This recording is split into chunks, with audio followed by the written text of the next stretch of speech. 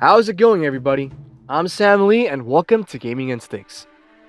Ghost of Tsushima rocked the gaming world when it launched on July 17th. From its frenetic, addicting combat, engaging, thought-provoking story, and gorgeous open world that looks straight out of Impressionist paintings, Sucker Punch's latest IP was elevated to the status of being the swan song of the PS4. It truly was one last final hurrah before ushering in the next generation, with countless gamers seeking praise for the amazing and optimized world Sucker Punch created, especially on such aged hardware. If that wasn't enough, Sucker Punch announced DLC for all owners of Ghost of Tsushima in August, promising free multiplayer content for all owners of the game.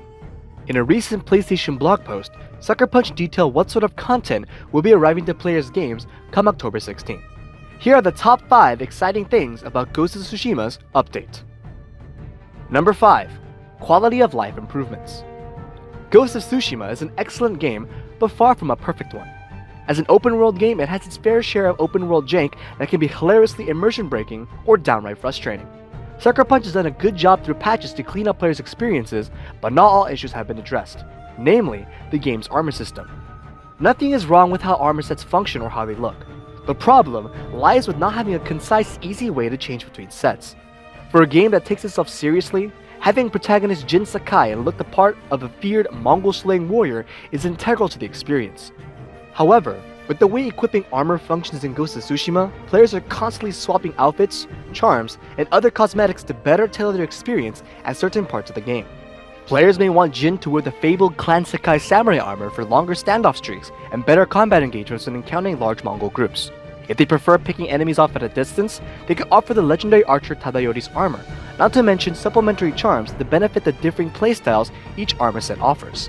Having to constantly contend with the game's rudimentary system for specific engagements was a tiresome ordeal, especially when considering how so many other open-world games have simpler, easier to work with loadout systems in place. The new update does away with those concerns entirely. The version 1.1 update now introduces an armor loadout system that makes switching armor, vanity gear, and charms as easy as pressing a button. Armor sets can be fitted with whatever players want to get the best immersive and role-playing experience possible with little hiccups in between. Talk about listening to fan feedback. Number 4. New Game Plus. The newest update gives players who finish the game a reason to come back. Gamers can now restart Jin's journey with all of his skills, gear, and vanity items intact and face off against the Mongol horde with the full might of the Ghost. The game's difficulty will also be increased to give seasoned players a challenge, but can be adjusted in the settings. Along with his fresh start, new powerful charms are available for Jin, as well as additional upgrades to his sword, bow, and armor to aid his quest against Tsushima's invaders. Players will also get a New Game Plus horse to accompany them on their journey. In addition to these upgrades, New Game Plus also introduces the Ghost Flower Merchant, a mysterious masked vendor that gives players new armor dyes and vanity gear only found in New Game Plus. Their wares are bought with a new currency called Ghost Flowers, which can be earned when redoing previously done quests. On top of all these enticing features, completionists will be happy to know more trophies have been added for the new challenges that await. It's a shame New Game Plus starts right after Jin is defeated by Ko-Chun Khan at the beginning of the game. It would have been some sweet justice to defeat the Khan with the full might of the Ghost that early, and maybe unlock a secret ending as well. Oh well. Number 3. Multiplayer features. The multiplayer aspect of the update can shoulder a great deal of credit for how much hype the update generated. The ability to explore the breathtaking world of Tsushima together with friends was a dream no more, and Ghost of Tsushima Legends is throwing its own spin on the already established world. Rather than exploring the island already seen, players will be delving into the mythical and supernatural underbelly that was teased throughout the main game's mythical tales with 4 new main characters. The mode is prescribed with 3 distinct modes: Story, Survival, and Raid. Story mode is a 2-player co-op adventure that has gamers exploring a haunting, fantastical world of myth, as compared to the more grounded single-player world. Enemies, locales, and characters will reflect this, inspired heavily by Japanese myths and folktales. Survival has 4 players teaming up to take on waves of fantastical enemies while defending key locations in Tsushima. The longer players last, the more rewards they will earn. The Raid mode has been less detailed than Story or Survival. The official blog post describes it as an epic 3-part adventure that has 4 players delve into Io's realm, and will require the utmost skill, communication, cooperation, gear, and more.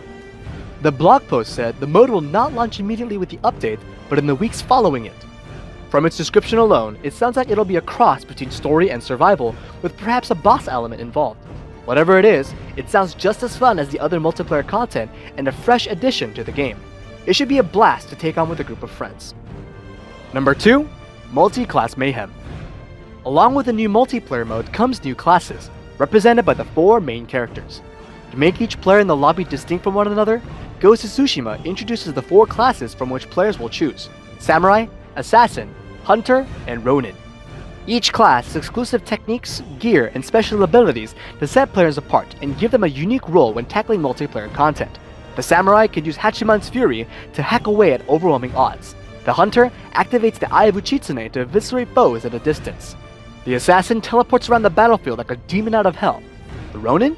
He can summon a spirit dog, which gamers can absolutely pet. All classes have multiple layers of customization, including vanity gear, voices, and emotes, giving players free reign in designing their personalized, perfected legend. These abilities and gear are tied to class progression and purchased via a currency exclusive to the multiplayer mode. It will incentivize players to do well in the modes multiplayer offers. And finally, number 1, Lore Galore. The amazing thing about the update is how everything is still tied to Tsushima and its mythos and lore. Along with the Ghost Flower Merchant, Gyozen the Storyteller is a new character players will meet with the update. Though Gyozen mainly functions as a hub for players to access online and multiplayer, he still serves as the central messenger in telling the Legends of Tsushima stories. He will serve as the connective tissue that links the legends of yore to the tales of Jin and everything in between. If the mythical tales of the original game were any indication, Gyozen's tales, and the multiplayer story by extension, will be a blast to play. Long-lost techniques will be passed down, and history will be left up to players' interpretation.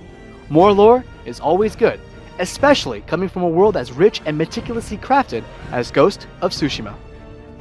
This has been Gaming Instincts. If you like what you saw, be sure to check out our website and subscribe to not miss on upcoming content on all things gaming. What are your thoughts on this new update? What are you most excited for?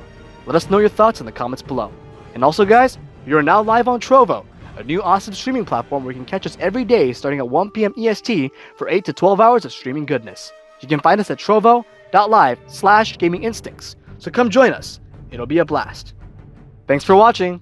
Until next time.